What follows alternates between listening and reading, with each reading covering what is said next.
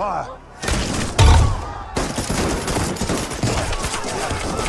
13 अप्रैल साल 1919 अमृतसर का जलियांवाला बाग मानवता को शर्मिंदा करती एक ऐसी घटना का गवाह बना जिसने हमेशा के लिए गोरे अंग्रेजों के चरित्र पर काला दाग लगा दिया। इसी दिन जनरल डायर ने हजारों मासूम निहत्थे हिंदुस्तानियों पर लगातार गोलियां चलवाई। यही नहीं, उन लोगों के भागने का तमाम रास्ते बंद कर दिए गए सिवाय मौत के। उनके पास कोई रास्ता नहीं था। आगे जाकर क्रांतिकारी उधम सिंह ने जलियांवाला बाग हत्याकांड में गोली चलाने का आदेश देने वाले जनरल डायर को गोली मार दी और इस हत्याकांड का बदला ले लिया। लेकिन ये सवाल फिर खड़ा हुआ कि क्या सच में मरने वाला वही व्यक्ति था जिसने उस बाग में गोली चलाने का आदेश दिया? आखिर क्या है इस हत्याकांड के पीछे की क्रूर सच्चाई? वो कौन से सर्कमस्टेंसेस थे जो इस घटना के लिए जिम्मेदार थे? आज के इस हिस्से में हम जानेंगे दिल दहला देने वाली इस घटना की एक सच्ची घटना। हमारे साथ आखिर तक जरूर बने रहिएगा ताकि आज की पीढ़ी भी जान पाए कि आजादी उतनी भी सस्ती नहीं है जितनी आसानी से आज हम इसे एंजॉय कर रहे हैं। जलियांवाला बाग हत्याकांड की भूमिका उस समय बननी शुरू हुई जब अंग्रेजों ने रॉलेट एक्ट लगाया और देश भर में इसका विरोध शुरू हुआ। वो तारीख थी 10 अप्रैल। रॉलेट एक्ट का विरोध चल रहा था और अंग्रेजों ने इस एक्ट के विरोध करने के लिए सैफुद्दीन किचलू, डॉक्टर सत्यपाल को गिरफ्तार कर लिया गया।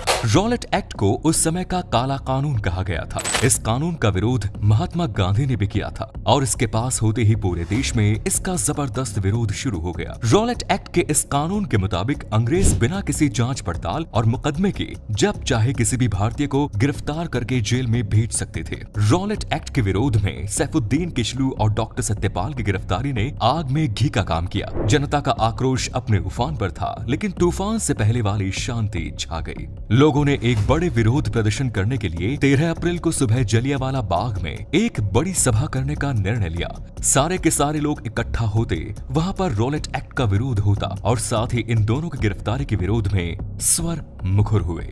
जलियांवाला बाग में 13 अप्रैल को होने वाली इस रैली की खबर जनरल रेजिनाल्ड डायर को पता चल गई। 13 अप्रैल पंजाब में बैसाखी का दिन भी था। वैसे भी पंजाब में बैसाखी बड़ी ही धूमधाम से मनाई जाती थी। लोग एक तरफ बैसाखी का जश्न मना रहे थे, अपने लोगों से मिल रहे थे और दूसरी तरफ इस सभा की तैयारी चल रही थी। लेकिन जनरल डायर ने इस सभा के खिलाफ पहले से ही तैयारी कर ली थी। उसने 12 अप्रैल को ही अतिरिक्त सैनिक टुकड़ी बुलाकर अपनी तरफ से पूरी तैयारी कर ली। सुबह का वक्त था। लोग बैसाखी के त्योहार के चलते खुशियां मना रहे थे और अपनों से मेल मिलाप करने के बाद लगभग 25,000 लोग जलियांवाला बाग में आम सभा के लिए इकट्ठा हो गए। इधर जनरल डायर भी अपनी पूरी सैन्य टुकड़ी लेकर जलियांवाला बाग की तरफ चला गया। जलियांवाला बाग में भीतर जाने का एक ही रास्ता था। लोगों की शहर सभा हो चुकी थी और उन्हें मालूम भी नहीं था कि कब जनरल डायर अपनी पूरी की पूरी सैन्य टुकड़ी लेकर अंदर दाखिल हुआ और उसने जलियांवाला बाग के मुंह पर तोप रखकर उसने बंद कर दिया। इसके बाद अपने सैनिकों की पोजीशन लेने के बाद जनरल डायर ने सीधे लोगों पर फायर का आदेश दे दिया। बिना किसी चेतावनी के,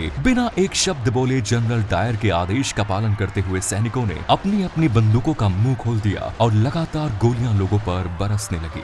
जलियांवाला बाग में जनरल डायर 50 राइफल और इतनी ही खुखरी लेकर पहुंचा था। इसका मतलब है कि वो पहले से डिसाइड करके आया था कि उसे क्या करना है। जवानों ने इस दौरान लगभग 10 मिनट में 1600 राउंड फायर किए। लोगों को न संभलने का मौका मिला और न बचकर भागने का। जवान बिना रुके लगातार फायरिंग कर रहे थे। जनरल डायर ने आदेश ही कुछ ऐसा दिया था। फायरिंग केवल बंदूक में गोली लोड करने के दौरान ही धीमी पड़ती थी, वरना यहाँ मौजूद जवान लगातार लोगों पर फायर कर रहे थे। लोगों में अफरा तफरी मच गई। वहाँ मौजूद महिलाएं, बच्चे, बूढ़े और जवान सभी अपनी अपनी जान बचाने के लिए वहाँ से भागने लगे। लोगों ने वहाँ मौजूद कुएं में कूदकर अपनी जान बचाने की कोशिश की, लेकिन कोई फायदा नहीं हुआ। कुछ लोग दीवार फांद कर भाग जाना चाहते थे, मगर उसका भी कोई फायदा नहीं हुआ। जनरल डायर के सैनिकों ने हर किसी को चुन चुन कर मारने की कसम खा रखी थी। बाग के जिस कुएं में कूदकर लोग अपनी जान बचाना चाह रहे थे, उसमें से 120 इंसानों की लाशें निकाली गई। वहाँ कुआं कूदकर मरने वाले लोगों के खून से भर गया। कुएं को आज भी खूनी कुएं के नाम से जाना जाता है और इतना ही नहीं, इस बाग की दीवारों पर आज भी उस समय की गोलियों के निशान मौजूद हैं। लगातार 10 मिनट हुई इस अंधाधुंध फायरिंग के बाद जनरल डायर राक्षसों की तरह हंसता हुआ वहां से बाहर चला गया। इतना ही नहीं, अमृतसर की सड़कों पर जो भी भारतीय उसे नजर आता वो उसे भी गोली मार देता।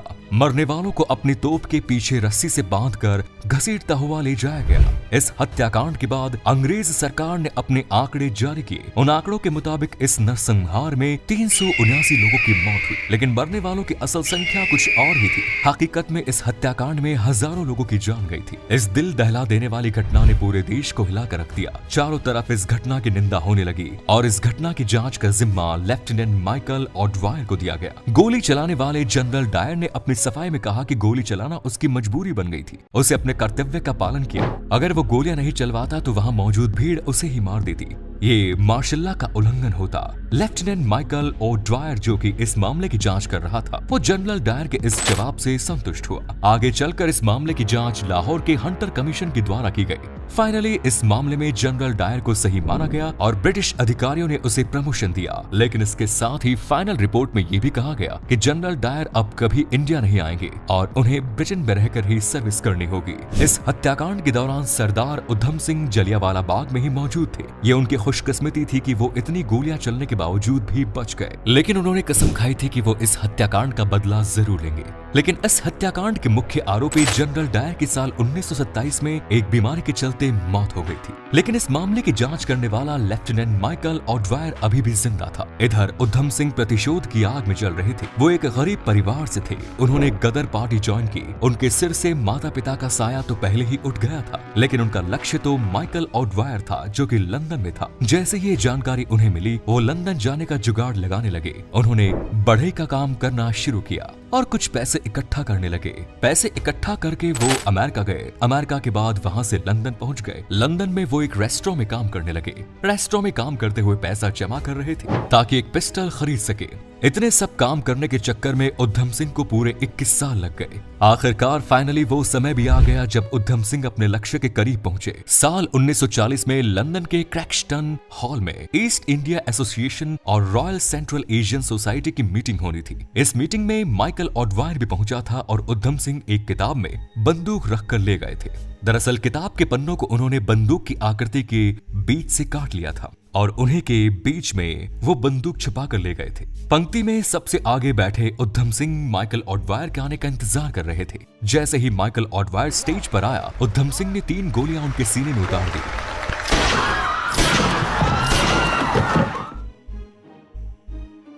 वो वहां से भागे नहीं बल्कि वहीं खड़े हो गए और उन्होंने कहा कि 21 साल बाद जलियांवाला बाग हत्याकांड का बदला ले लिया। उधम सिंह ने वहां अपनी गिरफ्तारी दे दी। इसके बाद 31 जुलाई 1940 को उन्हें फांसी दे दी गई। यहाँ ये बात ध्यान देने लायक है कि जलियांवाला बाग हत्याकांड से जो 2 अंग्रेज अफसर जुड़े हुए थे, उनके नाम काफी मिलते जुलते थे। उनमें से एक जो असली गुनहगार था, वो पहले ही अपनी बीमारी के चलते मारा गया, जबकि जिसने गुनहगार को जांच के दौरान बचाया, उसे अमर शहीद सरदार उधम सिंह ने मार दिया।